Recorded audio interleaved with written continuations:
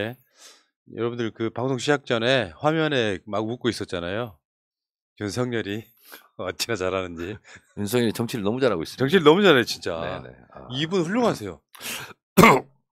아니, 아니 제가 아니 시작하기 전에 이제 네. 그 얘기 이따가 해주시면 되고. 네.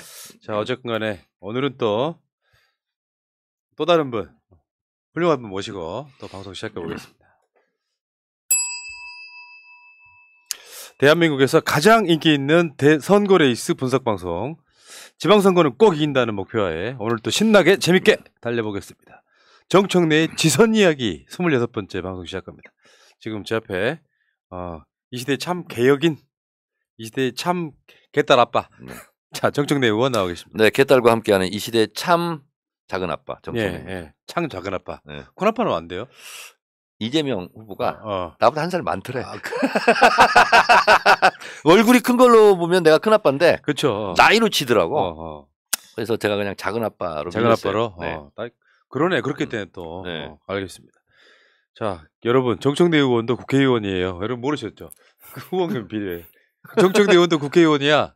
이거 모르시는 분들이 꽤 많더라고. 아니 근데 예능인인 줄 알아. 아니 지금 우리 있잖아 후원금 처리한 비서가 네. 완전 야근하고 있어요. 왜? 1004원으로 들어오니까 막 100페이지 막 차고 막 이래요 지금.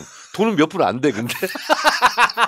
그게 쫙 뽑아가지고 나한테 보고를 해야 되잖아. 그러니까 지난번에는 80페이지를 뽑았대. 하나씩 막 이렇게 해가지고. 다 그거 발행해야 되는 거예요? 그렇죠. 그래가지고 여러분 있잖아. 1004원은 최강욱, 이수진, 김남국, 네. 김용민 이런 친구들한테 보내주시고. 그렇지. 저는 2만 원 아니면 3만 원. 2030. 하긴 그렇긴 그래 진짜. 아니 그리고 이제 김남국, 이수진, 뭐 최강욱, 김용민은 그런 거 들어오면 기쁘잖아. 그렇지. 야, 막 돈 들어온다 막 돈 이렇게. 들어온다. 근데 그런 친구들한테 그런 경험을 하게 해줘야 돼. 그렇지. 근데 나는 1004원. 나 그리고 천사 아니거든요. 그래서 2030이니까 2만 원, 3만 원. 예, 여러분 2만 원, 3만 원, 악마원, 1004원이 아니고 악마원 보내주시고요. 자 그리고 그 옆에는 정말 그 외유 내경형이죠 지금. 제가 항상 봐도 그런 느낌이에요. 겉에서 보면 너무 얌전해. 그 민주당의 최고의 지성, 엘리트. 네. 의원님은 건성이시고요. 나는 건성이야. 아니 근데 나도 얼굴만 지성이야. 근데 얼굴 밑에는 다 건성이거든. 예. 그래서 내가 눈에 보이지 않는 곳에서는 건성이랍니다. 예. 소개 좀 할게요. 네. 판사 출신. 네. 서울 금천에 최기상 의원 나오셨습니다.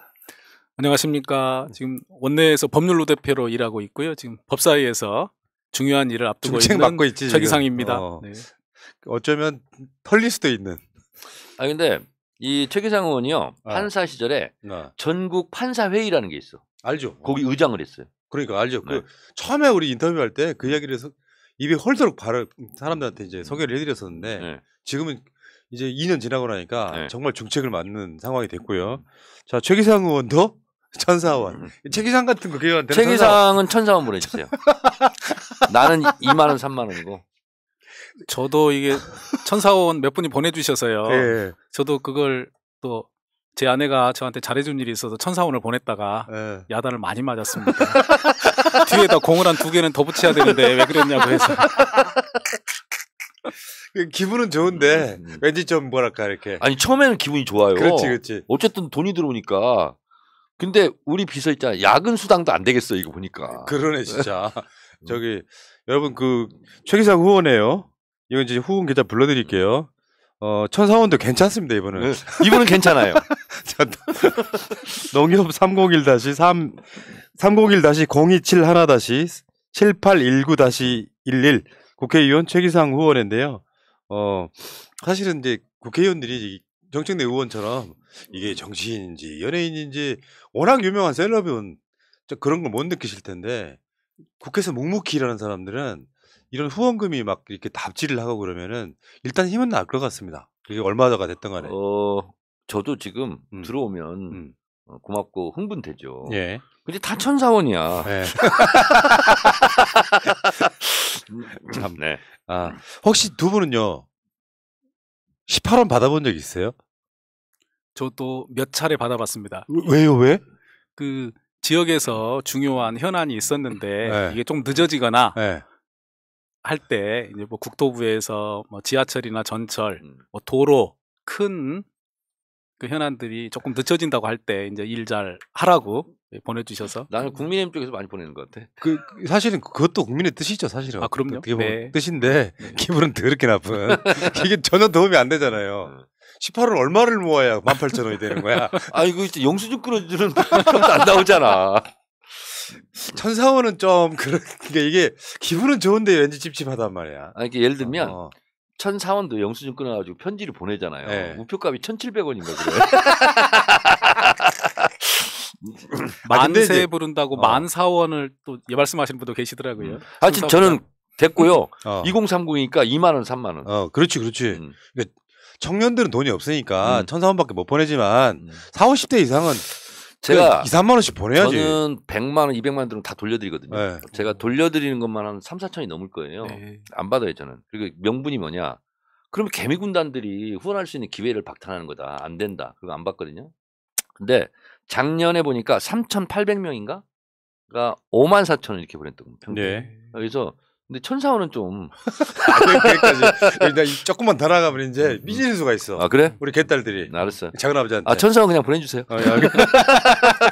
다시 한번 읽어드리겠습니다. 일단 정청래 의원 농협 301-027-3-2305-71 정청래 후원회이고요. 최기상 의원은 농협 301-0271-7819-11 국회의원 최기상 후원회고요. 이분들이 지금 개혁해야 될 대상들과 싸우고 있기 때문에 정치 후원금이 많이 들어오는 것만큼 힘나는 일은 없을 거라고 생각합니다. 의원들이요. 일단 청내 생각부터 말하고 얘기하겠습니다. 알겠습니다. 자 그러면은 급하게 최기상 의원은 이 발음 익숙하시죠? 그렇죠. 급하게 청내 생각 제목 진보도 진보해야 한다. 어제의 진보가 오늘의 진보, 내일의 진보가 되느냐? 그것은 아니다. 일신 우일신 하지 않으면 진보도 머물면 어느덧 보수가 된다. 제 주변에서 어제의 진보였다가 오늘은 보수, 내일은 수국골통이 되는 경우를 많이 봤습니다. 그래서 진보도 계속 진보해야 진보이다. 보수는 보수해야 된다. 그런 생각이 듭니다. 얼마 전 국회의원들 모임을 할 때 우리가 지금까지 한 게 얼만데 개혁 입법도 많이 통과시켰는데 국민들이 못 알아준다. 억울하다 이런 얘기를 해서 국회의원은 좀 억울하면 안 되냐. 그리고 국민들은 정치에 관심을 갖고 인입하고 하는 시기가 다 다르고 연령도 다 다르다. 20년 전에는 노사모가 개혁적이었다. 근데 그때 요구하는 게 있었다. 근데 지금 사람들은 그거 모른다.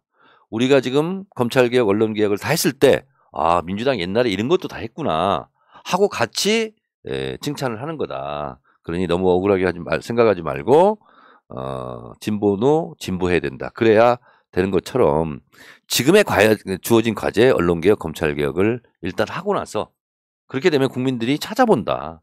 국정원도 개혁했네. 언론도 개혁했고 뭐 임대차 3법 이런 것도 했네. 이러면서 알아주는 거다. 그러니 너무 억울하게 생각하지 말고 오늘 할 일 하자. 그리고 지금 개딸들이 민주당이 들어와서 얼마나 힘이 되냐. 정치 문화가 바뀌었고 새로운 개딸 문화 현상이 생겼다. 이들의 흐름과 시대에 조응하면서 맞서 싸우지 말고 이들과 함께 가자. 진보도 진보해야 된다. 야, 멋있는 말씀이세요. 네. 오늘은 그러면 우리 최기상 의원의 기상생각 뭐 생각해둔 거 없어요? 뭐 덧붙여서 말씀드리면 정치가 시대의 답을 찾는 일이라고 한다면 진보 정치는 거기에 더 나아가서 시대를 넘는 새로운 질문을 만들어내는 것이라고 생각합니다. 그래서 민주당은 기상해야 된다. 네, 그러니까 진보가 계속 진보해야 된다 말씀하셨던 것처럼 시대에 맞는 시대에 필요로 하는 답을 계속 저희는 내놓으면서도 동시에 시대를 넘어가는 한편에서는 소수자의 목소리에서 새로운 질문을 만들어내고는 그런 정치를 민주당이 해야 된다라고 생각합니다. 예. 많은 생각을 하게 하는 그런 발언들이시고요. 일종의 칼럼 같은 거네. 네. 개혁은 자전거의 페달과 같다. 네. 페달을 계속 밟지 않으면 자전거가 넘어지듯이 민주당은 오늘도 개혁, 내일도 개혁, 모레도 개혁. 자전거 페달 밟듯이 해야 된다. 그래야 민주당이 쓰러지지 않는다. 예. 그 이야기를 제가 방송에 많이 써먹어요. 어떤 거? 그 얘기 자동급 배달 그 아, 의원님한테 듣고 아, 많이 써먹습니다. 그랬어요? 어. 네. 계속 움직여야지 멈추는 순간 쓰러지는 그렇죠. 거니까요. 사랑은 동사다. 네. 그런 말이 있듯이 네. 진보도 동사고 개혁도 동사인 거예요. 알겠습니다. 근데 한 가지 더 말씀드릴 것은 진보와 개혁의 의미는 다른 겁니다. 개혁은 진보도 개혁을 해야 되고 보수도 개혁해야 되는 거예요. 개혁은 잘못된 걸 고치자는 거거든요. 그래서 이건 이념의 문제가 아니거든요. 근데 예를 들면 미국 같은 경우는 예를 들면 낙태를 해야 되냐 말아야 되냐. 이건 진보의 이슈예요. 이념의 이슈고. 그리고 남북 관계를 어떻게 가져가자 말자. 이거는 양쪽이 말하는 게 다 일리가 있을 수 있거든요. 그래서 잘됐다 잘못다의 개념이 아닌 거죠. 그래서 진보의 과제, 진보의 이슈와 개혁의 이슈와 개혁의 과제는 다른 거다. 예. 그래서 개혁은 보수 세력이든 어디든 여당이든 야당이든 잘못된 것은 고치자는 거예요. 그래서 검찰 개혁은요 진보의 문제가 아니거든요. 개혁의 문제거든요. 우리나라 보수 세력이 그냥 수구 꼴통이 되는 상황은 보수 세력이라도 개혁이 필요하잖아요. 네. 그걸 안 하기 때문이에요. 그렇죠. 네. 자, 알겠습니다. 좋은 말씀 드리셨고요. 그러니까 보수가 보수하지 않으면 수구 꼴통이 되고요. 네. 진보가 진보하지 않으면 꼰대 진보가 되는 거죠. 네.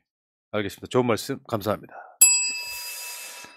자, 이제 그 검찰 선진 압박 우리가 이제 그렇게 명명하고 지금 있는데 거기 이제 그 바로 다음 날 윤석열 씨가 한동훈을 법무부 장관에 임명하는 초유의 사태가 발생해서 지금 여기에 대해서는 뭐 경악이라는 표현까지 나와요. 제가 그 경악이라는 말을 처음에 썼어요. 그리고 내가 한 시간 생각하고 나서 후회했어요. 이건 환영할 일이다. 응? 그리고 윤석열 정말 정치 잘하네. 어찌나 잘하는지. 그렇죠. 우리가 백군 청군 싸우잖아요. 예. 그러면 백군은 백군을 응원하고 청군은 청군을 응원해야 되잖아. 근데 지금 홍군이 청군을 응원하고 있어 지금. 전투 의지를 불태우고 있고. 그리고 검찰 개혁의 바람을 지금 일으키고 있어요. 그래서 우리는 검찰 개혁에 연을 날리자 이럴 때. 최기상 의원은 어떻게 보셨어요? 한동훈 법무장관 임명한다고 할 때? 정말 상상도 못한 일이 일어나서 정청래 의원이 말씀하신 것처럼 우리 국민들의 검찰 개혁에 대한 에너지를 한꺼번에 다시 모아주는구나 이런 생각이 들 정도로 어처구니가 없었습니다. 그리고 한동훈이 불쌍해요. 왜냐하면 그 지체 높으신 검찰공화국에서는 검찰이 높잖아. 지체 높으신 검사장이 일개 장관으로 지금 내려온 그러니까요. 거야. 자천이야 자천. 지금 검찰은 나오는 거잖아요. 그리고 이제 청문회 과정 속에서 무슨 문제 나오면 바로 이제 압수수색 당하고 이제 검찰이 수사 대상이 되잖아요. 그러네. 조국 장관만큼 달릴 수도 있고. 그러니까. 그래서 한동훈으로 보면 내가 열심히 그 윤석열 도왔을 거 아니에요 대선 때. 근데 나를 이렇게 좌천시키나?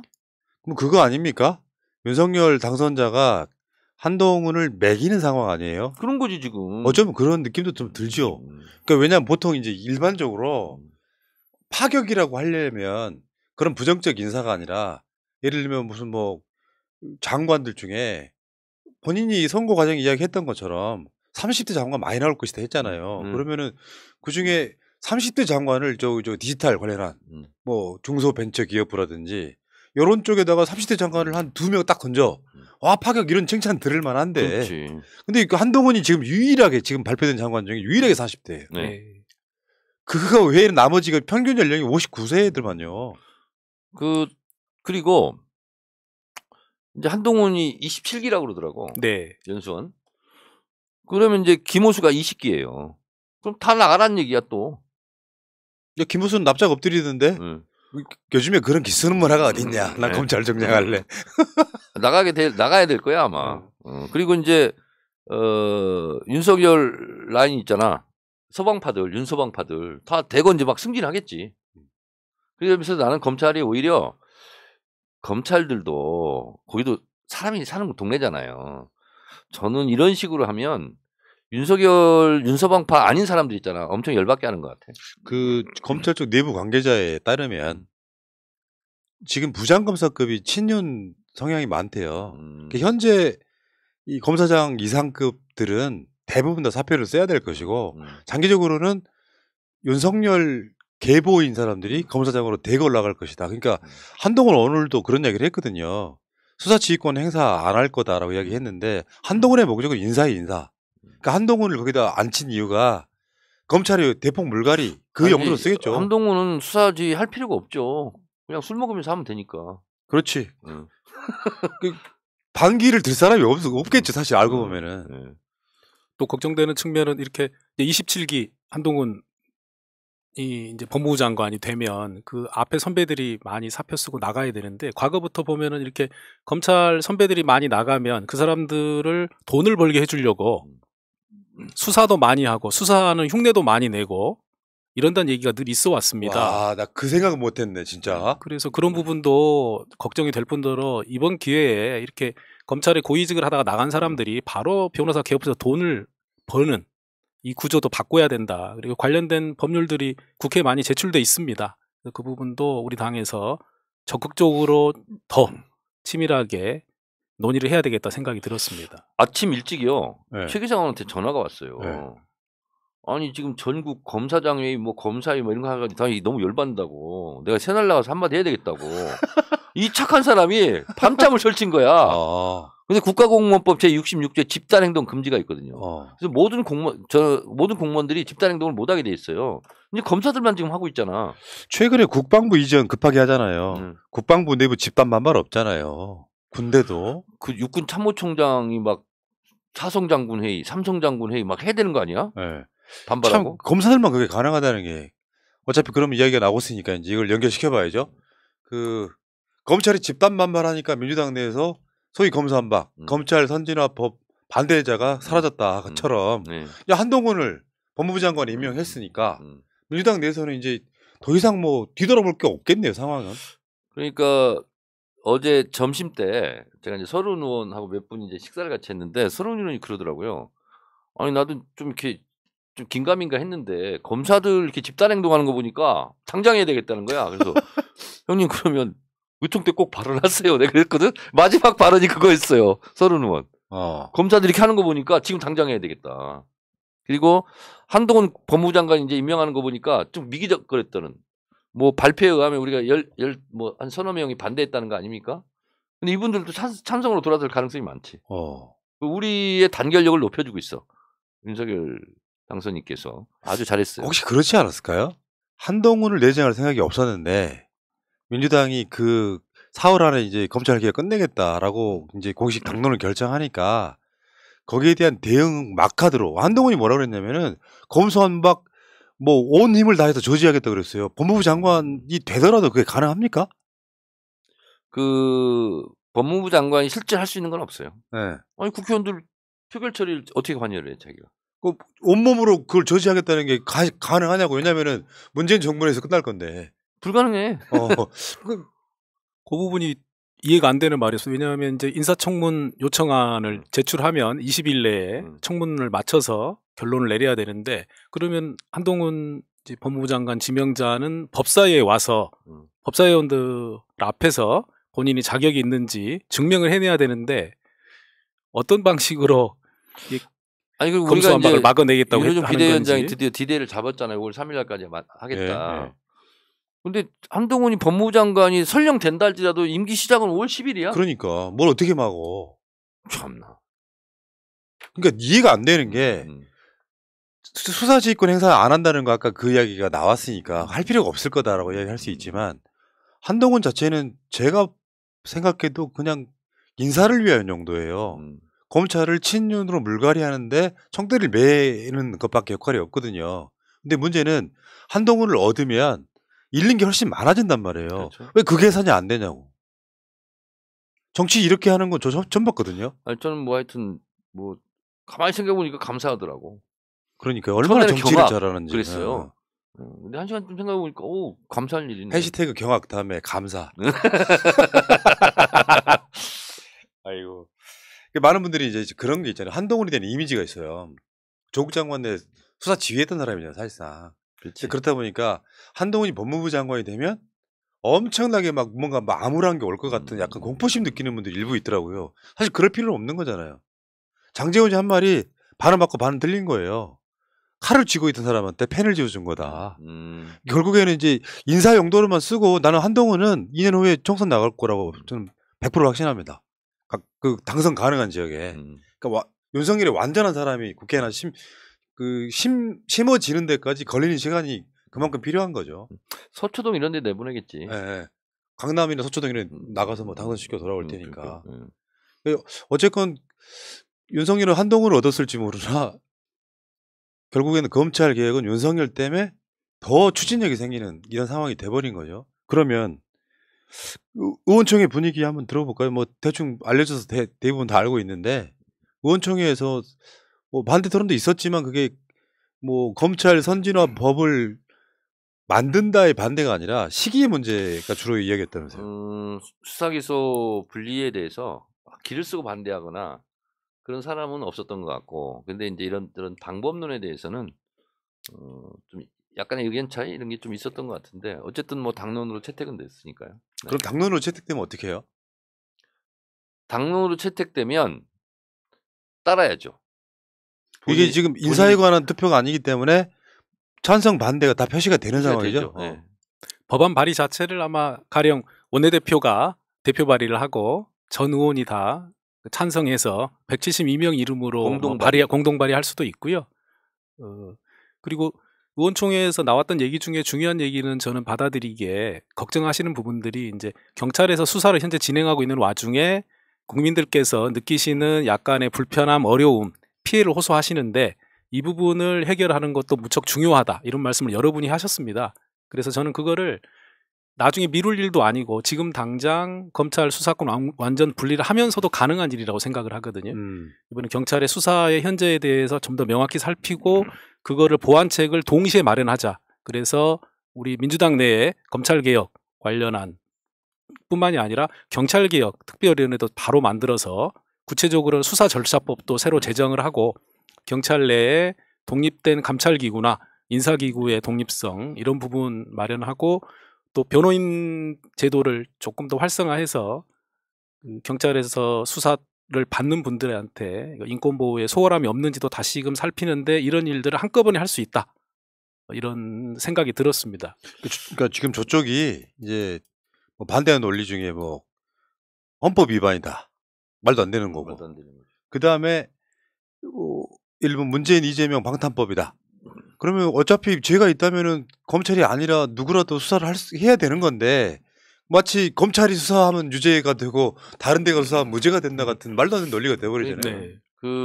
어제요 김남국 의원이 먼저 공개를 했으니까 제가 얘기를 합니다. 헌법 위반이라는 것은 헌법에 영장 청구는 검사에 의해서 한다. 그 하나 조항밖에 없어요. 네. 거기 있고. 그래서 헌법 위반은 아니고, 또 하나는 이재명 뭐 죄가 있으니까 뭐 두려워서 막는 걸 웃기는 얘기죠. 왜냐면 이재명 최측근들은 반대했어요 어제. 솔직히. 그래요? 네. 김남국 의원이 공개를 했어요. 아침 방송에서 공개를 했더라고, 기사에 났어요. 네. 실제로 그랬고요. 그리고 어떤 괜찮은 의원이 이렇게 발언했죠. 만인은 법 앞에 평등한가? 과연 그런가? 10,000명한테만 평등한 거 아닌가? 국가공무원법 66조를 위반한 유일한 사람들이 검사들이다. 그렇기 때문에 더 검찰개혁을 해야 되고 수사기소 분리해야 되고, 그리고 채널A 기사에 보면 한 달만 버티자, 이게 검찰 생각이라는 거예요. 윤석열 취임하면 거부권 행사 안 할 거니까. 그러니까 우리는 반대로 지금 또 해야 되는 거 아니냐. 지금 해야 된다. 그 세계적인 석학 장하준 교수, 케임브리지 경제학과 교수가 200년 전에 노예 해방을 주장하면 미친 사람 취급받았다. 그렇죠. 100년 전에 여자에게 투표권 주라 그러면 감옥에 집어넣었다. 그리고 50년 전에 식민지 시대에서 독립운동하면 테러리스트였다. 근데 지금은 어려워 보이지만 장기적으로 보면 이게 해야 되는 거다. 그래서 해야 할 때 해야 한다. 할 수 있을 때 해야 된다. 검찰개혁 반드시 해야 된다. 이렇게 주장하는 의원이 있었죠. 네, 마포가 지역구인 의원으로 알고 있습니다. 그것도 의리라는 소문이 있던데. 네. 하여튼 그런 것 같습니다. 그러니까 결국에 요체는 그거 아니에요. 그 수사권도 소위 말하면 경찰한테 그냥 다 몰아주는 차원이 아니라 그것도 쪼개는 거잖아요. 그렇습니다. 그러니까 덩어리 큰 건 없애겠다는 거예요. 제가 좀 때 얘기했는데요. 우리가 보통 기소권, 수사권 얘기하잖아요. 이걸 절차로 다 보면 20가지입니다. 예를 들면 기소 편의주의, 기소, 공소, 취소 뭐 이런 거 있잖아요. 기소권에 관련된 거 있고, 수사 개시, 수사 보완, 그리고 현장 감시, 검시 뭐 이런 거 있잖아요. 수사 종결. 20가지인데 이 20가지를 다 갖고 있는 나라가 대한민국이고요. 검찰이. 사실상 유일? 예, 유일입니다. 유일. 사실상 유일. 그리고 영국에서는 반대입니다. 검사가 갖고 있는 게 딱 두 개예요. 기소, 공소, 취소 2개. 나머지는 다 경찰이 갖고 있어요. 그래서 우리는 영국처럼 하자는 것도 아니고 적어도 그 중간에 있는 미국, 일본, 독일처럼 거의 반반씩 갖고 있거든요. 그런 거고 저는 이거 검찰 개혁은 민주주의를 하자는 거냐 말자는 거냐 이거라고 생각합니다. 왜냐 민주주의는 독점에서 분점으로 권력을 분산시키는 거잖아요. 그리고 소수에서 다수로 의사결정권을 나누는 일이거든요. 그리고 견제와 감시 이것이 민주주의의 작동 원리잖아요. 근데 절대 독점을 하고 있는 거잖아. 그래서 이거 검찰 개혁을 하자는 것은 민주주의 하자 이런 거다라고 중에도 주장하는 의원이 있었죠. 예, 마포에 있는 의리라는 곳에. 헌법 근데, 얘기를 네. 헌법 얘기를 저도 조금 드리면 그러십시오. 예. 이 검찰 수사권 완전 분리가 헌법 위반이다 뭐 이런 말들이 있는데 오늘 이제 일단 민변에서도 사실과 다르다 이렇게 비판을 했고요. 저도 며칠 전에 페이스북에 글을 썼습니다만 헌법의 영장 신청에 관한 검사의 조항밖에 없기 때문에 오히려 검사는 영장 신청에 집중하는 것이 헌법 정신에 맞습니다. 수사는 경찰이 하고 근데 수사를 한 경찰이 영장 청구를 하거나 할 때 이거 혹시 인권 침해가 아닌지에 대한 심사를 검사들이 좀 더 엄격하게 해야 되는데 그동안은 그걸 전혀 하지 않았습니다. 예. 검사들은 앞으로는 이 영장 청구를 함에 있어서 헌법 정신에 맞는지 엄격하게 심사하는 역할만 충실히 해줘도 우리 사회에 본인들의 역할을 다하는 것이다. 근데 더다가 기소권도 있고 공소유지 권한도 있기 때문에 검사들이 본인들의 권한이 작아진다고 생각할 필요가 없다라고 생각을 하고요. 이게 검사들의 그 권한이 자리매김하면 앞으로 법원도 그동안에 영장을 너무 많이 내줬던 헌법 정신에 어긋나는 영장 발부를 남발했던 이런 법원도 제자리를 찾게 될 거라고 생각합니다. 왜냐하면 검사들이 엄격하게 영장을 청구하면 판사들도 이에 뒤질세라 우리가 더 검사들보다 헌법 정신에 입각해서 국민의 인권을 보호해야 되겠다. 이런 투지가 살아날 거거든요. 야, 역시 판사 출신 그거 보시네요. 야, 사법개혁도 일부는 된다 이거죠. 그 시작이 검찰의 수사 기소 분리라고 생각합니다. 이게 볼링으로 말하면 5번 킹핀이라고 얘기하는데요. 우리 사회가 우리 국민들을 70년 동안 짓눌러 왔던 이 수사 재판 권력의 암울한 공기가 바뀌는 시작이 될 것이다. 저는 그런 평가를 하고 있습니다. 약은 약사에게, 진료는 의사에게, 수사는 경찰에게, 기소는 검찰에게, 재판은 판사에게. 네. 맞죠? 맞습니다. 그러니까 검사라고 하는 게 수사하는 사람이 아니라 기소하는 사람인 거잖아요, 원래. 네. 그러니까 원상태로 돌리는 거잖아요, 그게. 그러니까 이게 조금 근본적인 걸 말씀드리면 기소권이 있는 사람이 수사를 해. 근데 수사를 했는데 뭐가 안 나와. 그러면 자기가 기소를 못 해. 무능한 거잖아요. 어떻게든 간에 기소를 시켜야 돼. 그러니까 별건 수사가 나오고 기획수사가 나오는 거예요. 맞습니다. 자, 그리고 그걸 가지고 자기가 또 재판정에 들어가. 어떻게든 유죄를 입증해야 돼. 무리한다는 거죠. 그럼 두 분한테 질문 이제부터 진짜 심각한 질문이야. 첫 번째, 그 3개월 유예 기간 둔다는 거 있잖아요. 그 불안감 느끼시는 분들이 있어요. 그 사이 또 뭔 일이 일어나는 거 아니냐. 그건 어떻게 설명해 주실까요? 그런 업무 이관에 필요한 유예 기간이라고 저희는 이제 평가하는데요. 이게 이제 검찰에서 수사를 못 하게 됐을 때 아니 현재 진행 중인 수사도 있을 것이고 여러 가지 업무 이관 자체를 하는데 최소한의 시간은 필요하다라는 것이고요. 이제 그 유예 기간이 너무 짧다라고 하는 분들이 오히려 계셔서 그건 아니다라고 지금 얘기를 많이 하고 있습니다. 3개월이면 충분하다. 네, 제도 국방부도 한 달이면 뭐 이전하는데 뭐. 네. 제도 조직 정비에 관한 필요한 기간은 따로 추가로 줄 필요가 전혀 없고 그 부분은 그동안에 그 우리 정부에서 법무부와 검찰이 그 인력과 조직을 정비하라고 수차례 저희가 요구도 하고 시간을 줬는데도 전혀 해내지 않고 있었습니다. 그래서 그 제도 조직 정비에 필요한 기간을 따로 줄 필요는 전혀 없고 이번에는 그냥 업무 기간에 필요한 유예 기간 정도를 주면 되는데 그 기간은 3개월이면 충분하다. 이 정도도 안 줄 수는 없다. 그거예요? 그러니까 경찰한테 이제 보고를 받았대요. 그랬더니 6개월 1년 필요 없고 석 달이면 된다 이런 거고 그냥 인테리어 기간이라고 생각하면 될 것 같아요. 예. 그리고 실제로 6대 범죄 수사를 검찰만 하느냐 그렇지 않고 경찰도 합니다. 병행하기도 하고 같은 사건을 같이 하기도 하고. 네. 그래서 경찰이 갑자기 손 놨다가 손 뗐다가 하는 게 아니고 같이 쭉 해왔던 거다. 이렇게 생각하시면 되고 3개월 유예 같은 경우는 그러면 뒷받고 하는 거 아니냐. 전혀 그럴 가능성은 없습니다. 예, 알겠습니다. 어떤 분이 3개월 유예 기간이 위험하다고 했다는 방송이 있었나 봐요. 많은 분들이 이제 그것도 없애라 이렇게 하시는데 얘기 들으셨고요. 그러면 지금 그 양양자 의원 등 사보임 해가지고 안건 조정위가 지금 법사위 통과하기 쉽게 만들어놨다. 네. 근데 어떤 분 제가 그냥 들은 이야기인데 양양자 의원을 믿어도 되냐 이런 질문도 하나 있었어요. 제가 어제 만났습니다. 아 그렇습니까? 네. 확실합니까? 네. 아 그럼 됐고 네. 그러면 이제 본회의 통과 전략이라는 게 있는데 예를 들면 살라미 전법을 쓸 것이냐 한 3일씩 이렇게 쪼개서 할 것이냐 아니면 한꺼번에 일괄적으로 그 국회 통과시키고 필리버스터를 180석으로 저지할 것이냐. 그러니까 플랜 A, 플랜 B가 있는데 이건 구체적으로 얘기를 안 하는 게 좋습니다. 뭐 어떤 사람들 막 얘기하고 그러던데 이건 안 하는 게 좋고요. 플랜 A, 플랜 B는 있어요. 두 가지 전술이 있습니다. 있는데 그거를 의원들은 다 알고 있어요. 근데 뭐 또 그걸 또 막 자랑 삼아서 밖에 나가서 얘기하는데 얘기할 필요 없습니다. 그거는 예. 어느 쪽이든 간다. 예, 간다. 네, 제가 이제 원내 법률 부대표 일을 하고 있는데요. 네. 그 푸나님께서 말씀하신 부분에 대해서는 치밀하게 준비하고 잘 해내도록 믿을게요. 그러면 잘하고 불안해 있습니다. 죽겠어. 이게 문 대통령 사인 나는 그날까지는 불안해 죽겠어요. 자, 근데 제가 그냥 요 플랜 A, 플랜 B는 제가 얘기를 안 하지만 과거에 있었던 얘기를 좀 할까요? 예. 17대 17대 국회 때 국가범법 폐지 그게 있었습니다. 논란이 엄청나게 있었죠. 그리고 이제 대통령 결심 사항이고 국회의장이 또 올려야 되는데 만반의 준비를 해야 되잖아요. 제가 그때 원내 저도 부대표였어요. 운영 부대표 그런 거였는데 굉장히 높으신 분들이구나. 네. 원내 부대표. 제가 어떤 역할을 했느냐면 국회의장실에서 나와서 본회의 의장석까지 가는데 제가 몇 미터인지 다 쟀습니다. 진짜요? 네. 몇 미터든가요? 그때? 기억은 안 나는데 이 이 발로 이게 쟀어요.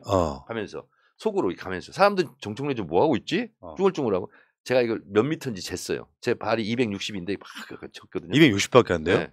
키에 비해서 신발이 작네요. 왜냐면 빨리 뛰어야 되니까. 알겠습니다. 그래서 그걸 왜 쟀냐? 그때 한나라당이지. 한나라당이 붙었을 때 이걸 저지하려면 몇 명이 필요하냐? 네. 이게 이제 그래서 안전하게 모시고자.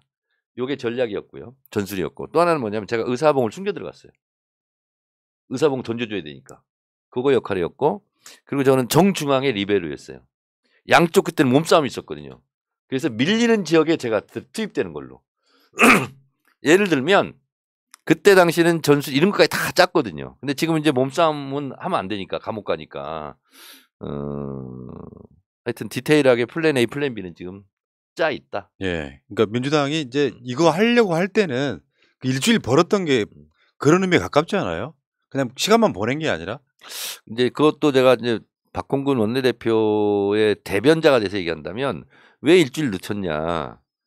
늦추지 않았으면 힘들었습니다. 왜냐하면 그렇습니까? 의원들이 다 말할 수 있는 기회를 다 줬거든요. 얘기 듣고. 그러니까 할 말이 없는 거예요. 근데 만약에 원내대표가 그냥 일주일 이거 그 간담회라든가 토론회라든가 경청의 시간 안 가졌으면 원내대표 네 맘대로 하냐. 반발할 수 있는 명분을 줄 수 있거든요. 그래서 그걸 차단하기 위해서 일주일 동안 지혜롭게 한 거다. 그러면은 법사위원장 선에서 뭔가 렉이 걸릴 가능성은 없어요? 없습니다. 그러면 국회의장은? 그건 좀 걱정됩니다. 갑자기 국회의장이 외유 나간다는 소문이 있잖아요? 그렇기도 합니다. 뭐야. 그럼 국회 부의장이 대신하는 거죠? 사회권을 넘기면 됩니다. 뭔 말인지 알겠네. 그러니까 결국에는 너무 자세한 거 묻지 마세요. 그런 건. 아이고 국민의 알 권리를 보장해 주십시오. 아니 작전 승리를 위한 작전이. 그런 겁니까? 네. 보안 유지. 일개 장관이 저 국민의 알 권리에다가 뭐라 그랬다 그랬지? 한동훈이가 그때? 응? 한동훈이 그랬잖아요. 추미애 장관한테 일개 장관이 국민의 알 권리를 뭐라고 했었는데 갑자기 생각이 안 나네. 지금 알 권리를 이야기하는 거예요 지금. 알겠습니다. 네. 저기 뭐 있네. 일개 장관이. 국민의 알 권리를 뽀샵질했다고. 좀 알겠습니다. 국민의 알 권리 이제 근데 본인이 또 일개 장관이 됐네. 저요? 본인이 한동훈이. 그러니까 일개 장관이 된 거죠. 그 검사장에서 법무장관으로 좌천돼가지고. 지금 제가 봤을 때 그러면은 이런 과정에 치밀하게 계획이 돼 있다면 제일 중요한 건 저는 대국민 여론전이라고 생각해요. 네. 국민들 입장에서 저쪽에서 막 말도 안 되는 이유를 들어갖고 막 문재인 이재명 방탄법 이런 식으로 이렇게 호도하잖아요. 이런 거에 대한 뭐 민주당 나름대로 분명히 며칠 안에 그러니까 2019년에 지금 원내대표가 된 권성동 의원이 수사는 경찰에게 그리고 기소와 수사 통제권은 검찰에게 줘야 된다라고 얘기했고 그 여기 갖고 오셨네. 그 설명 좀 해주시죠. 우리도 화면에 띄워주세요. 우리도 있어요. 설명해 주시면 그 중간에 띄워드리겠습니다. 네, 과거에 뭐 윤석열 당선인도 검찰의 수사권과 기소권 분리 아주 바람직한 방향이다. 권성동 현 원내대표도 경찰이 수사를 전담하되 1차적 사법통제는 검사와 수사통제와 기소를 통해 2차적 사법통제는 법원의 심판을 통해서 하도록 했다. 이런 말씀을 한 적이 있고요. 유승민 전 의원이라든지 곽상도 전 의원, 오신환 전 의원, 주호영 의원도 수사와 기소를 분리하는 것이 세계적인 추세다. 이런 말씀을 과거에 하신 적도 있고 실제로 법안을 발의한 분도 계십니다. 그래서 그런 부분을 널리 좀 알려야 되겠습니다. 그러니까 그때는 맞고 지금 들리다잖아요. 네. 이 사람들이 윤석열이 구체적으로 문 대통령한테 등에 칼 꽂기 전에 윤석열한테 당할까 봐 한 말들이 주로 많아요. 실제로 보면은 그때는 그렇게 해놓고 그때는 맞고 지금은 들리다 이런 식으로 지금 하고 있는 거라서 저는 이렇게 생각해요. 사실상 이거는 상관없이 시대적 추세잖아요. 그렇죠. 시대적 추세이기도 하고 제가 얘기했잖아요. 민주주의 기본이다 이거. 분리하는 거. 그리고 전 세계적으로 독점하고 있는 나라는 또 대한민국 검찰밖에 없고. 그래서 사실은 그러면 왜 6대 수사 범죄만 남기고 다른 거 다 경찰한테 수사권 줬나? 그렇잖아요. 맞습니다. 하나의 그것도 과정이었고. 그러면 5월 3일 날 국무회의에서 이게 마지막에 통과될 가능성이 100%여야 되는 거 아니에요? 지금 현 상황에서는? 그러니까 100% 성공을 향해서 지금 달려가고 있다. 네. 통과될 수밖에 없다는 거죠. 사실상 흐름상 보면. 왜냐하면 이게 민주당이 이 검찰 개혁이라고 하는 자전거를 멈춰버리면 민주당 자체가 쓰러지는 상황이거든요. 그렇습니다. 이 분위기 만든 건 분명히 개딸들 역할이 있죠.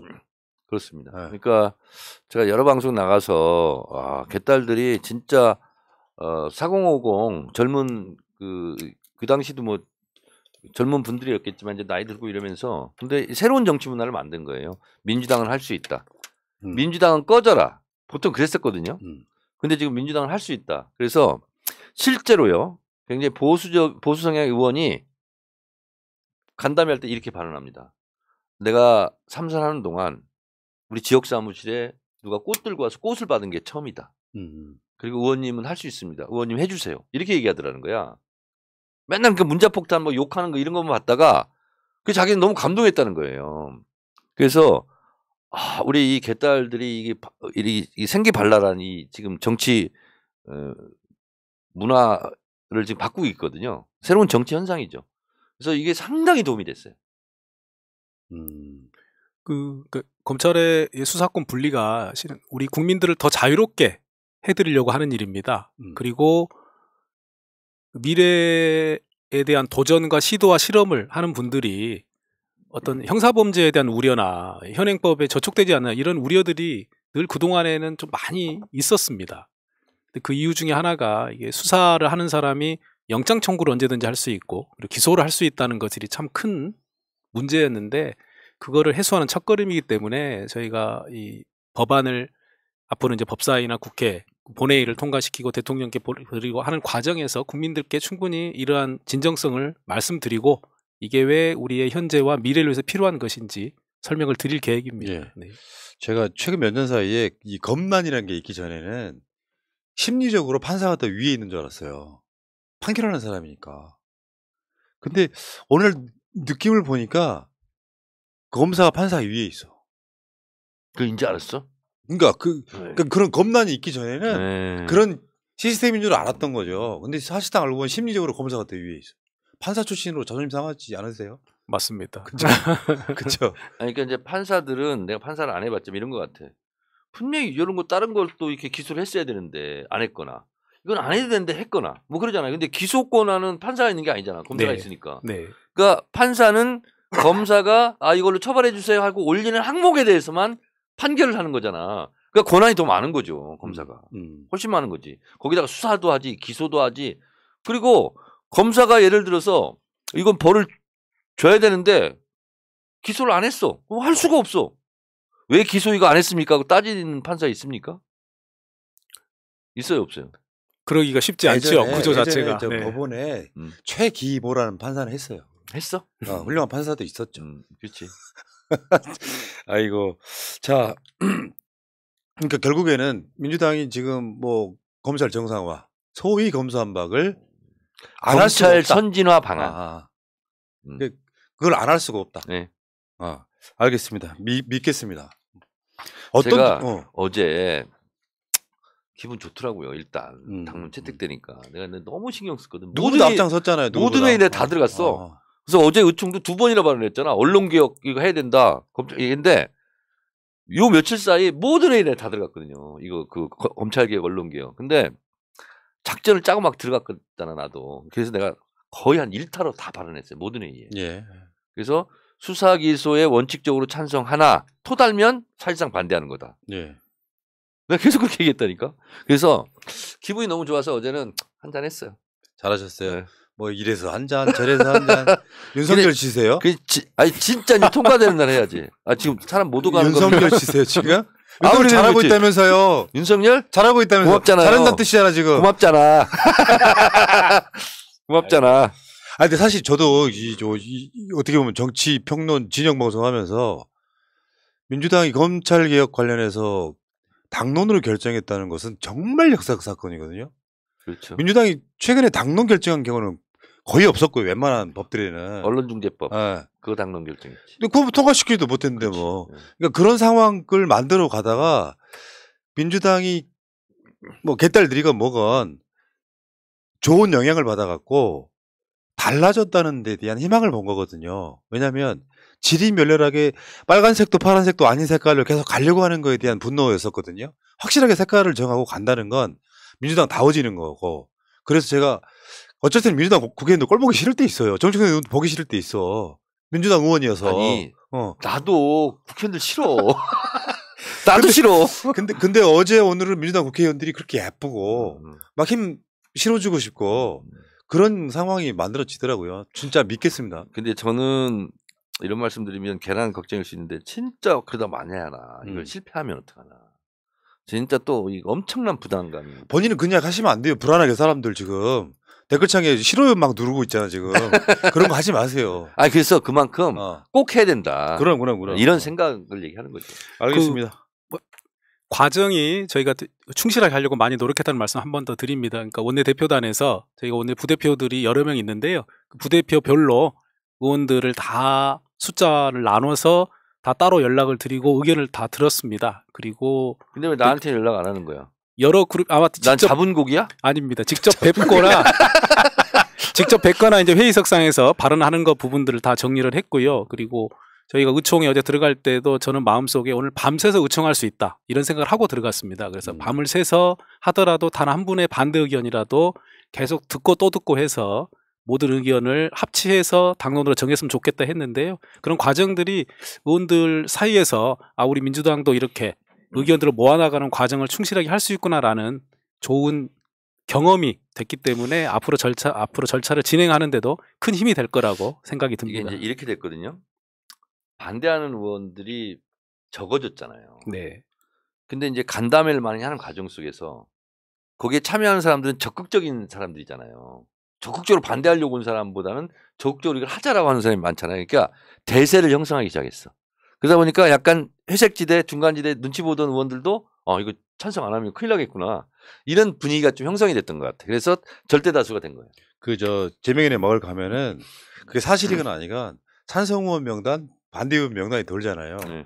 본인만큼은 반대 의원에 끼고 싶지가 않은 분위기가 분명히 있었던 거죠. 네. 청춘들한테 꼰대나 나쁜 이미지가 바뀌기 싫은 거예요. 그게 포지티브의 힘이에요. 그러니까 내가 한 가지 서운한 게 있어. 다른 의원들은 막 문자 엄청 받는데요. 몇천 통씩. 나는 근데 왜 잡은 물고기니까 10통, 20통 막 이 정도밖에 안 해. 나 진짜. 응? 자, 그러니까 최기상 의원이나 정청래 의원 말씀을 요약하자면 기초공사 충실히 했다. 날림공사 안 될 테니까 믿어주시라 이런 얘기예요. 네. 알겠습니다. 자, 이 이야기는 여기까지 하시고 지방선거로 갈 텐데요. 아마 오늘의 가장 이슈는 서울시장은 전략 공천할 거야. 이 뉴스예요. 네. 그게 많은 사람들이 좀 우려가 있는 측면도 있거든요. 그러니까 저는 두 분 다 서울시 국회의원이시잖아요. 서울 지역구. 서울 지역구 국회의원들의 어떤 생각과 민주당 지도부의 생각과 이게 교집합이 잘 안 만들어진 느낌에 좀 가깝거든요. 제가 봤을 때는. 그러면은 송영길 전 대표가 인천 지역구 의원이었지만 서울시장 선거에 뛰어들겠다. 저는 그 본인이 갖고 있는 희생 정신 충분히 박수 쳐드렸거든요. 근데 갑자기 민주당 지도부는 전략 공천으로 바꾸겠다는 게 당이 경선 없이 누구라도 선택하겠다 이런 뜻이잖아요. 저는 이 부분에 대해서는 제가 얘기한 바가 없습니다. 예. 누가 얘기한 건데 제가 오늘 그 발표를 보면서 제가 주장한 건 있어요. 혹시 내 주장이 받아들여졌나? 뭐 이런 생각도 좀 하는데 어떤 거냐면 지금 물리적으로 막 지역구마다 다니면서 뭐 오프라인에서 경선하고 이러기가 좀 사실상 불가능하지 않습니까? 그래서 저는 뭘 했냐면 나오려고 하는 사람이나 거명되는 사람을 다 놓고 당원 여론조사, 시민 여론조사를 하자. 몇 군데를 선정을 해서 그래서 거기서 1등한 사람 내보내자. 라는 게 저희 주장이에요. 왜냐면 선거 나가면 승리해야 되니까. 그러면 그걸 경선으로 인정을 해야 될 거 아니에요. 예. 그렇지 않습니까? 그래서 그걸 경선으로 인정하고 그리고 예를 들면 난 죽어도 안 나간다. 내 이름 빼라 하는 사람 빼고 그냥 소극적이든 뭐든 그냥 알아서 하라고 하면 넣는 거야. 최규상, 정청래 다 넣고. 그 콘클라베 방식 아니에요? 그러니까 그게? 아니 그거 아니지. 콘클라베 방식은 써내는 거예요. 예를 들면 서울 지역 국회의원이 40명, 지역 원외위원장이 9명, 49명이거든요. 원외위원장. 그러면 뭐 지역 연장을 하든 아니면 시원 넓히든 구현 넓히든 해서 이름을 써내는 거야. 그래서 과반 넘는 사람 나올 때까지. 그게 이제 콘클라베 방식인데 저는 그 방식이 아니라 경쟁력 조사를 해보자는 거지. 그래서 거기서 1등 나오면 나머지가 다 승복하는 걸로. 저는 그렇게 했으면 좋겠다라고 주장을 했어요. 저는. 그러면 서울시장 후보 경선을 사실 전략 공천을 하겠다라고 하는 것에 대해서 지금 찬성이세요, 반대세요? 그거 뒤에 물어보고 싶어요. 아니 찬성이고 반대를 떠나서 이미 결정을 한 거예요. 그건. 어쨌건 이걸 다시 또 뒤엎을 수 있을까? 그게 저는 이런 거죠. 뭐 예를 들면 송영길 대표가 나왔다. 송영길은 안 된다 이런 게 어딨냐. 마음속으로 그럴 수는 있어요. 그러나 경선을 할 때 누구는 되고 누구는 안 되고는 없잖아. 다 넣고 경쟁력 조사를 해보자는 거죠. 근데 이게 사실상 경선이지. 그러면은 당 지도부가 낙점하는 방식은 안 된다는 거잖아요. 아, 그렇지. 조금 더 민주적인 방법을 갖고 와야 된다. 그렇죠. 네, 그래서 하여튼 경쟁력 조사를 하자. 근데 이 뭐냐면 이게 무슨 경선이냐 이렇게 할 수 있잖아요. 저는 경선으로 치고 그리고 뭐 몇 군데를 해도 되는 거죠. 권리당원 여론조사도 하고 뭐 국민 여론조사도 하고 예를 들면 저는 그냥 5대5로 했으면 좋겠어. 그러면 거기서 여러 개 하다 보면 하나는 여기가 1등 하나는 저기가 1등 막 이럴 수 있잖아요. 그거는 안 되는 거고 그럼 여러 개를 해서 그러면 예를 들어서 10개 여론조사를 했다. 경쟁조사 했다. 근데 10개 다 어떤 사람이 단독으로 다 1등 했다. 그럼 그 사람이 나가는 게 맞지 않나 이런 생각이 드는 거죠. 예. 근데 지금 이게 이낙연 전 대표를 염두에 둔 조치 아니냐. 지금 이런 얘기가 나오고 있어요. 아니 근데 이낙연이고 우리가 생각 못하는 사람도 있더라고요. 또 누가 있을까? 아니 그러니까 여론조사 해봤대 좀. 해봤는데 전혀 예상하지 못한 사람이 또 굉장히 1등을 했다는 얘기도 있고 막 그래요. 지금. 그럼 이낙연 전 대표를 염두에 둔 건 아닐 수 있다. 이낙연만 염두에 둔 건 아니지. 근데 우리가 생각할 수 있는 그 자원의 범위가 한정돼 있어가지고. 그래서 예를 들면 새로운 인물들을 발굴하자. 그런 취지가 확실해요? 네? 왜냐하면 이렇게 받아들일 수 있거든. 정 원한다면 내가 출마할 수도 있지만 경선은 안 한다. 그러니 나를 전략 공천해달라 같은 요구가 있었을 수도 있잖아요. 그런 건 없는 걸로 알고 있고요. 그래서 예를 들면 제가 어떤 의원이 그러더라고요. 정청래 의원이 뭐 괜찮다면 누구도 만나러 가자 다 나오게 하자. 뭐 그런 얘기를 누가 나한테 제안하는 사람도 있더라고요. 네, 저는 이야기로는 전략 공천이라는 용어라기보다는 전략 선거구라고 이해를 했습니다. 그래서 전략 선거구라고 지정을 해서 후보를 정하는 방식이 어떤 한두 가지 방식으로 고정되는 게 아니라 다양하게 열어놓고 이게 좀 더 정확한 편이죠. 그리고 중앙 비대위와 우리 서울시당과 우리 당원분들이 정말 전략적으로 후보를 결정하는데 자유롭고 열려있는 상태에서 결정해보자라 이런 취지로 이해를 했기 때문에요. 그러니까 최기상 의원 말이 더 적합한 표현 같은데 누구를 위한 전략 공천 이게 아니고 서울은 전략 지역구로 둬서 좀 플렉시블하게 뭐 경선을 치러서 이렇게 한다. 네. 뭐 이런 걸 포함해서 네. 좀 이렇게 다양한 방법으로 의사결정을 하자. 이렇게 지금 본인이 얘기하고 싶은 거잖아. 예, 저는 그렇게 이해를 했고 그 방법 중에는 정청래 의원이 말씀하신 그런 방법도 있고 저 뭐 서울시당 의원들끼리 모이거나 뭐 초선 의원들끼리 모였을 때도 정말 많은 얘기들 오로지 기준은 우리 당에 좋은 후보를 내서 선거를 이겨야 되고 그 서울시장 선거에서 이김이 인천과 경기도까지 영향을 주는 좋은 방식을 최선을 다해서 찾아보자 이런 부분에 그러니까 이제 얘기를 했기 때문에 경선 방식의 다양화 이렇게 이해하는 게 좋겠어요. 아 근데 우리는 그렇게 안 들리고 당 지도부의 결정력을 훨씬 높이는 것처럼 보여서 그건 아닌 거예요. 왜냐면요 선거에 지고 이기고의 가장 결정적인 게 경선의 흥행이거든요. 오세훈은 지금 이미 전략 공천 받았어요. 네네네. 그러면 민주당에서 경선할 때 왜 있잖아요. 지금 나 출마한 사람들은 경선이 끝났다고 서로 감정이 상할 사이들이 아니야. 그러면 의외로 선전하는 사람도 있을 거고 그러면서 관심도를 주목을 받고 어쩌면 그쪽에서는 선거운동하는 시간을 벌었다고 좋아할 수 있지만 주목도는 떨어지잖아요. 요걸 잘 활용하는 방법이 경선인데 우리는 그렇게 들린 거죠. 경선 안 하겠다로 들린 거죠.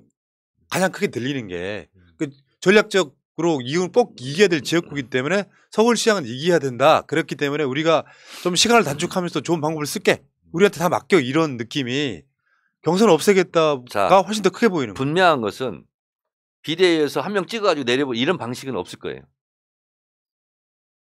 중요한 건 오늘 어떤 분이 저한테 코가 섞여나 빠져갖고 전화를 하셨더라고요. 어떤 분께서 누구로 말 안 하겠습니다. 어떤 분께서 그러니까 저는 우리는 그런 거예요. 그분도 이제 서울시장을 나가면서 자, 민주당은 그래도 민주정당입니다. 예를 들면 한 사람을 위해서 위인 설법 하듯이 그런 거는 없다. 그러면 경기도는요? 경기도는 지금 여론조사가 김동연 후보가 꽤 앞서는 가운데 안민석, 염태영 후보가 합치면 김동연 후보를 또 비슷하게 이기거나 지거나 해요. 그 느낌이니까 지금 단일화 제안을 하고 있는데 어떻게 될 것 같으세요? 거기는? 보세요. 경기도는 전략지역, 전략공천 지역이 아니잖아요. 그럼 경선입니다. 그렇죠? 경선은 5대 5잖아요. 지금. 권리당원 50, 그리고 경기도민 여론조사 50. 그걸 그냥 가는 거예요. 그럼 지금 이 상태로라고 하면 김동연 후보가 가장 유리한 거 아니에요? 현실적으로. 여론조사 잘 나오는 거. 여론조사 좀 앞서고 있죠? 네. 김동연 후보가. 근데 권리당원이 또 50% 들어가니까. 당심이 또 어떻게 작동할지 모르는구나. 네. 알겠습니다. 그러면 지금 서울에서요. 저는 이제 지난 4월 달에 보궐선거부터 대선까지 서울에 지다 보니까 사람들이 서울에 대한 폐명의식이 생겼는데 사실 서울은 민주당 거예요. 전통적으로. 그러면 전략을 잘 짜는 가운데 서울시장 이기는 것도 그렇게 어려운 일은 아니라고 생각을 하거든요. 전략만 잘 짜진다면. 대선 때 34만 표 줬고요. 그리고 49개 국회의원 지역구 중에서 26개를 민주당이 이겼고요.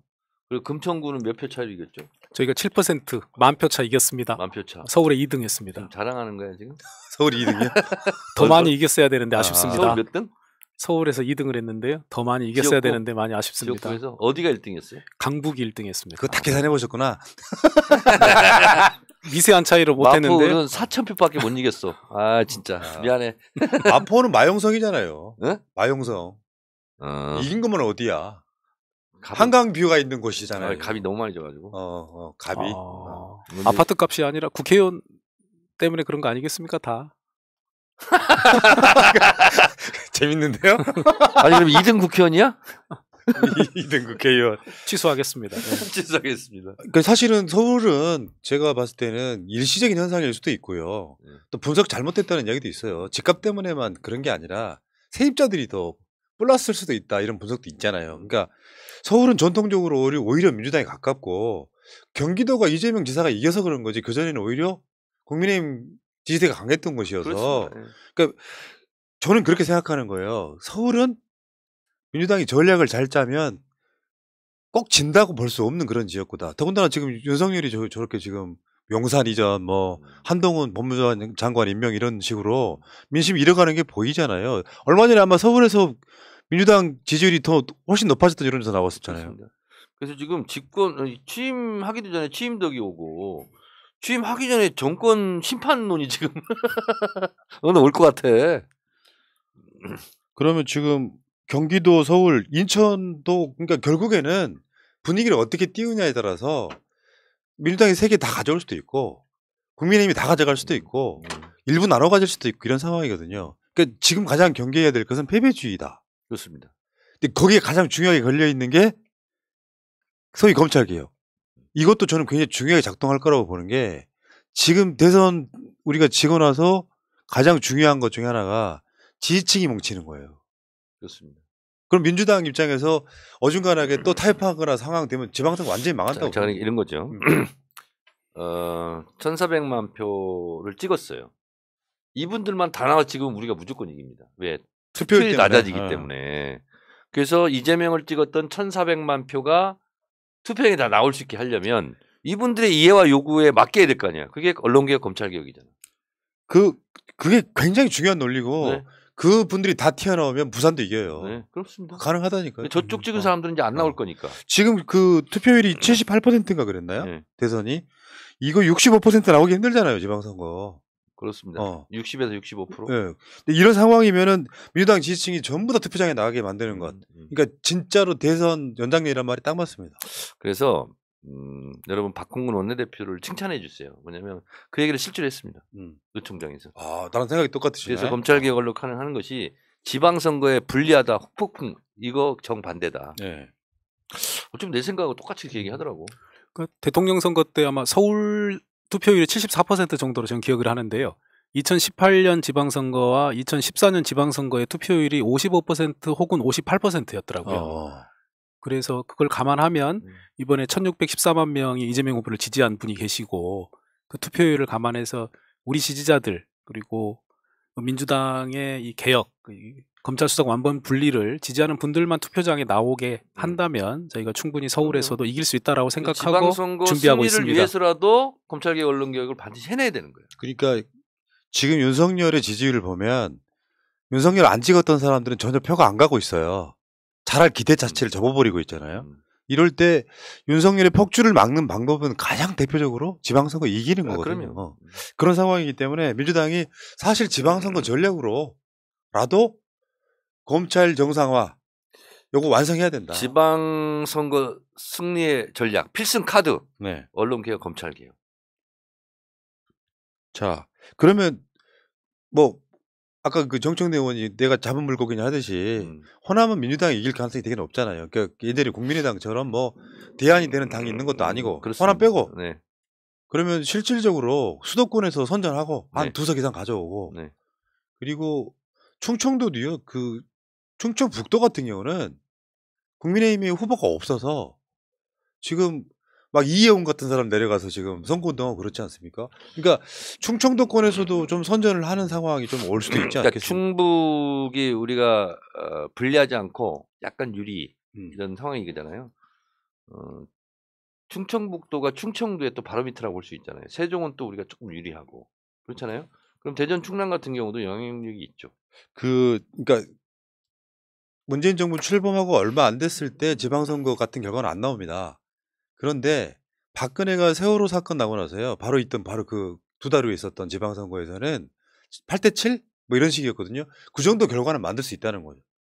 네, 제주도 실제로도 제주도도 그 충분히 승산이 있다고 말씀을 들었고요. 강원도도 뭐 이광재 후보가 나온다고 하면 충분히 가능성이 있다고 이렇게 분석을 하고 있습니다. 그러면 윤석열한테는 지방선거를 그런 정도 기회가 왔는데도 불구하고 사실상 이기지를 못하면 초반부터 굉장히 꼬이는 거죠. 그렇죠. 폭정하기가 힘들어지는 거잖아요. 그렇죠. 그러니까 스텝이 꼬여서 넘어져서 이제 코가 깨지는 상황이 돼버리는 거지. 반창고 붙이고 다녀야지. 그러면 저는 이렇게 보거든요. 이게 민주당이 이제 172석이라고 하는 거대 정당인 것이 얼만큼 장점으로 활용하느냐에 시금석이 이제 지방선거가 돼서 민주당이 참패를 예상했는데 선전을 해서 뭐 7대 8 정도 이렇게 유지를 할 수 있다면 나머지 민주당은 2년 기간 동안 윤석열이 폭정 못하게 막을 수 있는 유일한 카드가 되는 거고 만약에 검찰개혁도 못해 지방선거 더 져 그러면 여론에 질질 끌려가고 분명히 정당 하나 출연한다. 뭐 김한길 씨 같은 사람들이 이제 정당 하나 만들어가지고 이중대 정당 하나 만들어서 민주당 과반 의석만 딱 허물어 놓으면 윤석열 마음대로 하는 거잖아요. 그런 시나리오를 쓰면 안 되는 거잖아요. 그러니까 내가 윤석열이라면 좀 머리가 있고 똑똑한 윤석열이라면 제일 바라는 게 뭐겠습니까? 민주당 분열입니다. 쪼개는 거예요. 또 하나 더 머리가 좋다면 지지자들끼리 싸우게 만드는 거예요. 정신 못 차리게. 근데 거기에 우리가 이용당하면 안 되지. 그래서 그래서 제가 이제 기회 있을 때마다 말씀드리는데 너무 민주당 의원들 막 너 나가라, 너 꺼져라 이렇게 얘기하면 안 되는 거예요. 그래서 진짜 나가면 어떡해? 나가라고 해서 나갔는데. 그래서 149석으로 만들면 우리 할 수 있는 게 없어요. 결국에는 그런 거거든요. 저 의석이 부족한 소수 정당은 민주당이 문재인 대통령 한 120 몇 석밖에 없을 때랑 비슷한 거예요. 여론으로 하는 거야. 근데 여러분 지금 민주당이 여러분들 마음에 안 들고 부족하고 그런 부분이 분명히 있을 거예요. 근데 제가 한번 기상 거꾸로 하면 상기지. 근데 상기해 보자면 2012년 대선에서 문재인 대통령이 지금처럼 아깝게 졌어요. 네. 첫 번째 의총에서 우르르 나와가지고 문재인 의원직 사퇴하라고 대선 패배, 질 수 없는 선거에 이건 다 문재인 책임이라는 거예요. 그리고 엄청 공격했어요. 그리고 그분들이 이제 그때 국민의당으로 갈라져서 나갔던 분들이에요. 지금은 그건 안 하잖아. 지금 소위 말해서 반 이재명이 있다고 쳐요. 근데 이재명 당신 때문에 진 거야. 당신 책임져. 이런 사람 없거든요 지금. 그러니까 2012년 대선 패배 그 직후의 모습과 지금의 모습은 민주당이 지금 굉장히 그 뭐랄까 그때보다는 굉장히 맞아요. 엄청나게 발전한 거예요. 확실히 달라졌어요. 달라진 거예요. 우리 민주당이 달라졌어요.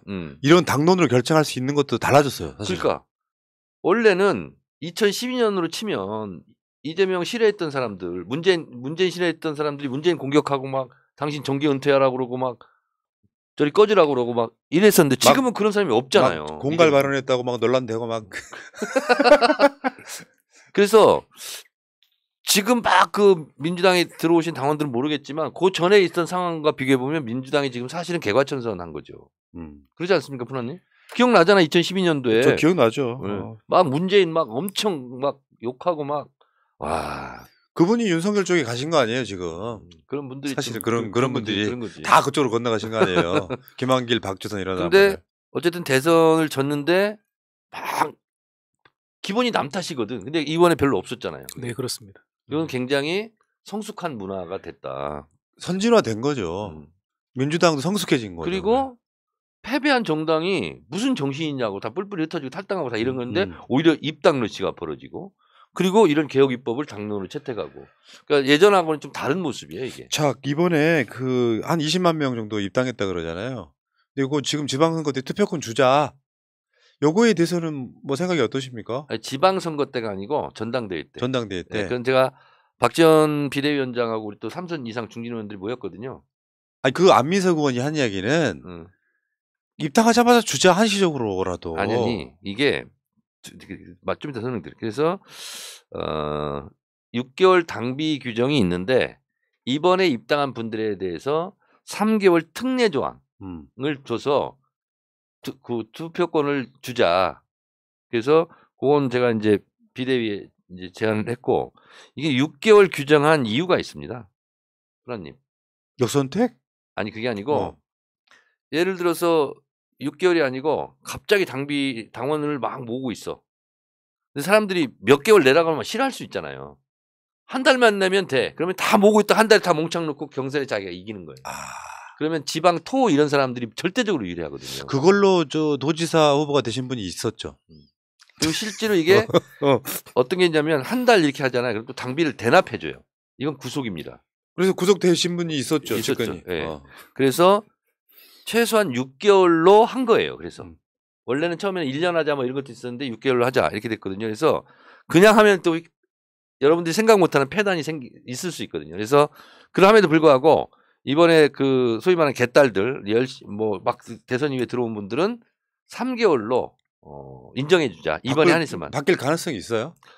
그건 될 가능성이 8, 90% 있습니다. 예를 들면 당대표 선거를 나가고 싶어하는 다른 쪽에 계시는 분이 반대할 수 있죠. 반대할 수 있는데 네. 저는 안민석 의원의 주장처럼 왜 있잖아요. 당원당규도 영구 불변한 게 아니잖아요. 그러면은 그 대선 패배 때 입당해서 이겨보자고 들어온 사람들에 대해서는 한시적으로 네. 역선택이 있든 없든 주자 하는 것도 난 나쁘지 않을 거라고 생각해요. 근데 그것도 무조건 주자 이렇게 하면 안 먹혀요. 그래서 제가 대선 이후에 들어온 사람이 3개월 후는 전당대회 때는 적용을 받잖아요. 권리가 생기잖아요. 그래서 3개월 당비 납부한 사람은 예외적으로 이번만 특례로 하자.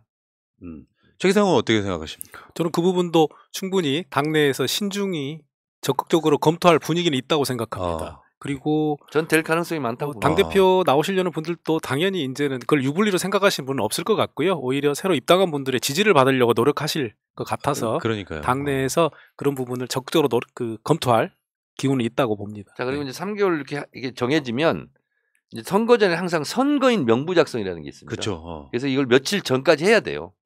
그래야 그 선거인 명부가 되고 그 사람들을 향해서 선거 운동을 하거든요. 문자도 보내고.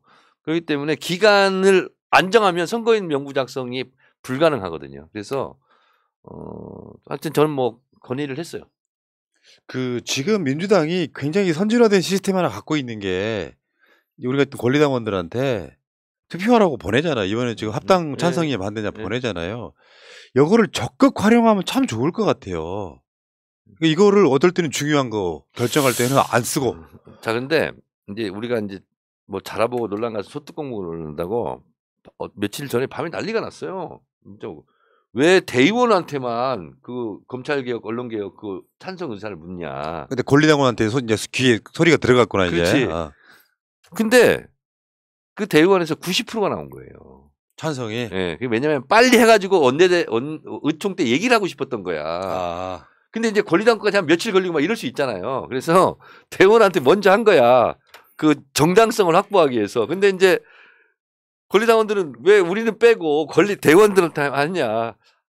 다 알아서 합니다. 그래서 이제 전당원 투표로 가기로 했잖아. 그래서 내가 갑자기 이종원인가 막 물어보는 거예요. 그래서 이거는 무조건 많이 나온다. 그리고 당장 내일 의총 때 써먹으려고 하는 거니까 너무 걱정하지 않고 너무 의심하지 않아도 된다. 야, 진짜 90% 대의원한테 나왔다 그러면 민주당이 확실한 의제 맞네. 그럼요. 제가 엊그저께 표현한 게 있어요. 민주당한테 지금 에펠탑만한 탑이 하나 의제로 세워졌어. 이거 세우기만 하면 돼요. 그 민주당의 성공이 보이는 거죠. 그러니까 제가 자주 쓰는 말 중에 하나인데 이럴 때 위기 상황일수록 민주당은 조중동의 시각으로 세상을 보지 마라. 조중동이 하는 말 다 잊어버려라. 아니 기억해야 돼. 거꾸로 하면 돼. 거꾸로 하면 돼. 실제로 그래서 지금 정말 오랜만에 민주당이 마음에 들었다는 거 아닙니까? 그래서 지금 막 최기상, 정청래 이 두 의원한테 정치 후원금이 지금 답지하고 있다는 거 아니에요? 이쁘니까 그냥 잘해주고 싶고 천사원은 좀 싫다 하시지만 천사원 보내. 힘들어. 우리 비서가 막 죽으려고 그래 지금 정리하느라고. 자, 오랜만에 웃어본 것 같아요. 솔직히 말해서 대선 지고 나서는 지금 뭐 한 달이 좀 넘게 지났는데 뭐랄까 내 입장에서도 울고 싶은데 더 울고 계시는 분들이 계세요. 그러면 나는 못 우는 거거든요. 아마 다 비슷한 심지가 아니었을까 생각이 들어요. 그래서 이렇게 한바탕 울고 나니까 조금 낫고 정신 차리자. 그래서 제가 이제 주장했던 게 이제 밥 먹기 싫어도 물 말아서라도 먹자. 힘내야 된다. 이거 세상이 끝이 아니다. 그리고 한 달 정도 지나고 나니까 또 분위기가 이렇게 으쌰으쌰가 또 되는 거예요. 그러니까요. 그게 정치의 힘이고 국민의 힘이 아니냐 이런 생각 해봤습니다.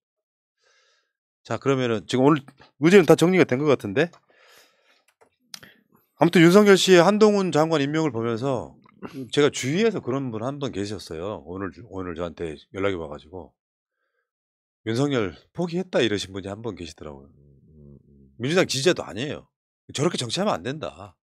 아니 자기 지역구 한 75% 지지해준 지역에 가장 먼저 내려가는 게 정치인이 할 수 있는 게 아니거든요. 정반대 지역을 먼저 내려가는 거지. 원래는 그 사람들 그 취임식을 광주에서 하려고 그랬다고 이제 언론 플레이를 한번 했거든요. 근데 사실은 그런 마음이 없는 거죠 지금. 그래서 가장 지지를 보내준 곳에 내려가서 어퍼컷 날리고 있어요. 그거 상당히 상대방한테 모욕적이거든요. 그렇게 하면 안 되는 거거든.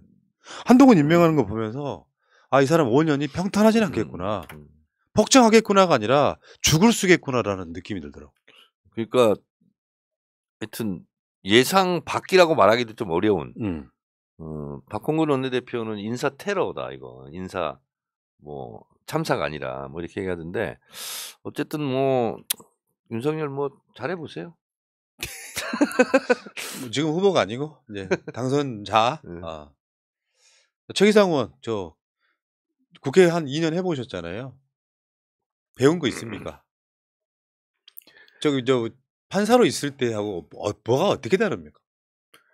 제일 좋은 것은 지역에서 우리 국민들을 생생하게 만나 뵙는다는 게 가장 큰 의미였습니다. 그래서 지금도 만나 뵈면 그 각 한 분 한 분의 인생이 이렇게 소중하고 최선을 다해서 살고 계시고, 그래서 이분들을 우리 정치가 조금만 좋은 제도와 좋은 구조로 바꿔드린다면 최고의 시민으로서, 최고의 국민으로서 살 만한 다 준비가 되고 각오가 돼 있는데 우리 정치가 조금 더 잘해야겠다 이런 생각이 들고요.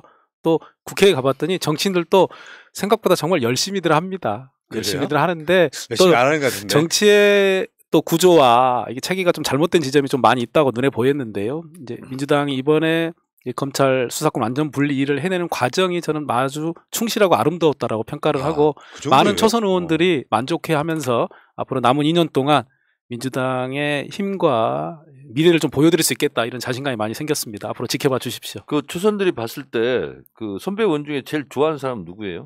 마포를 지역구에 두고 계신 분이 계시다고 들었습니다만 농내는 아닐 건데. 마포의 지역구 다 좋아하는 선배님들이십니다. 네. 그리고 정청래 의총 발언 어때?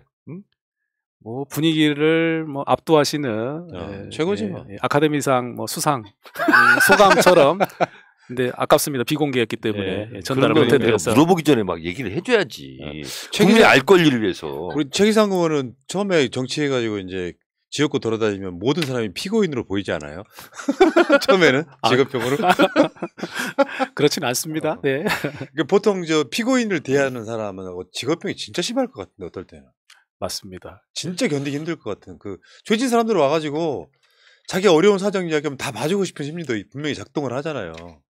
근데 그런 분이 정치인이 돼서 지금 무럭무럭 잘 크고 있다. 푸른 나무가 되고 있다 지금. 묘목이 커가지고 2년 벌써 자랐고요. 네. 이제 2년만 더 지나면 이제 꽃을 피워야 되는데 정청래 의원은 지금 꽃 피고 열매 열린 거잖아요. 그래서 사실상 5선 대우 3선이잖아요. 이런 상황들이 있다. 제가 이번에 원래 제가 메모를 안 하고 그냥 의총 발언을 하거든요. 그냥 가서. 근데 이번에는 키워드를 다 미리 쓰고 마음속으로 연습하고 올라갔어요. 실제로. 안 틀리려고, 안 까먹으려고. 아니, 어떻게 하면 좀 더 설득력 있게 의원들을 설득을 할까. 반대하는 의원들. 그래서 이번에 좀 신경을 썼어. 진짜. 메모를 했어요. 잘하셨습니다. 키워드 딱 이렇게 해가지고. 저도 발언하려고 많은 자료를 가지고 준비하고 있었는데요. 듣다 보니까 제가 준비한 말들을 의원님들이 다 하셨습니다. 안 하셨어요? 네, 그래도 안 하고 또 충분히 좋은 결론에 이르렀기 때문에. 그러니까 20명이 4시간 동안 서로 발언한 거죠. 대략 20명이. 그러니까 지금 두 분 말씀에 의하면 민주당한테 희망의 끈을 놓지 말아달라. 우리 진짜 열심히 하고 있다. 이런 이야기 하고 싶으신 거예요. 네, 그렇습니다. 알겠습니다. 근데 이제 그게 진짜 말이 아니라 우리가 성과를 내야 돼. 본회의 통과 전까지는 하여튼 긴장의 끈을 놓치면 안 된다. 요게요. 민심의 일선에 있는 사람이에요, 제가. 어떤 이슈에 우리 쪽 진영의 사기가 떨어졌거나 그렇거든 금방 알아요. 지난주에 일주일 연기하고 나서 그 주에 동접자가 확 떨어져요. 조회수도. 그러다가 민주당이 화요일 날 그거 통과시키고 나니까 다시 동접자나 조회수가 30~40%또 올라가요. 계속 반복되는 거예요. 결국에는 우리 쪽 진영의 사기라고 보는데 아까 초반에 이제 이야기로 돌아가면 한동훈 같은 상황을 임명하잖아요. 그러면은 우리 같은 사람들이 아이고 무셔 이런 게 아니라 싸움 거는 거지 지금. 그러니까 가만히 앉아있던 사람들이 우리를 호전적으로 만드는 거예요. 그렇지. 막 팔 걷어붙이기 만들어. 그런 이슈를 만드는 거 한번 해보자는 거지. 이거 윤석열 정치 잘못하는 거라니까요. 은연중에 내가 꼴 보기 싫어 죽겠는데 저 사람이 지금 하는 거 보면 내가 싫지만 저 정도는 반대를 못하겠다라고 반대하는 사람들 입 닥치게 하는 거예요. 정치라는 게. 그게 안 되는 사람은. 이때 민주당이 잘하시면은 제가 봤을 때 저는 그렇게 생각해요. 지금 국회 말고 2년 후에 쓸 다음 총선을 생각하시라는 거죠. 그때도 윤석열이 못하면 국민들이 또 민주당한테 180석 또 밀어주지 않습니까? 그거를 지금부터 하시라는 거거든요. 잘하실 거라고 믿고요. 한번 해볼 테니 네. 같이 가자고요. 알겠습니다. 늘 같이 가던 사람들이잖아요. 네. 자, 정청래의 지선 이야기. 여러분 재밌게 보셨는지 모르겠는데, 자, 여러분들 이 방송 들으니까 조금 더 안심되실 거라고 저는 믿고요. 믿고 한번 가보시자고요. 민주당이 역사상 이런 경우는 거의 없었어요. 요거 끝장 낼 수밖에 없는 상황이기 때문에 믿어보시자고요. 자, 오늘 방송 마치고요. 두 분은 또 다음에 뵙겠습니다. 고맙습니다. 감사합니다. 민주주의 평화 통일 다 죽어간다. 이대로는 놔둘 수 없다. 자, 다시 한번 해보는 거야. 자, 다시 한번 싸우는 거야. 자, 손 맞잡고 어깨를 걸고 우리 함께 이기는 거야. 자, 다시 한번 해보는 거야. 자, 다시 한번 싸우는 거야. 자, 손 맞잡고 어깨를 걸고 우리 함께 이기는 거야. 자, 다시 한번 해보는 거야. 자, 다시 한번 싸우는 거야. 자, 손 맞잡고 어깨를 걸고 우리 함께 이기는 거야. 자, 다시 한번 해보는 거야. 자, 다시 한번 싸우는 거야. 자, 손 맞잡고 어깨를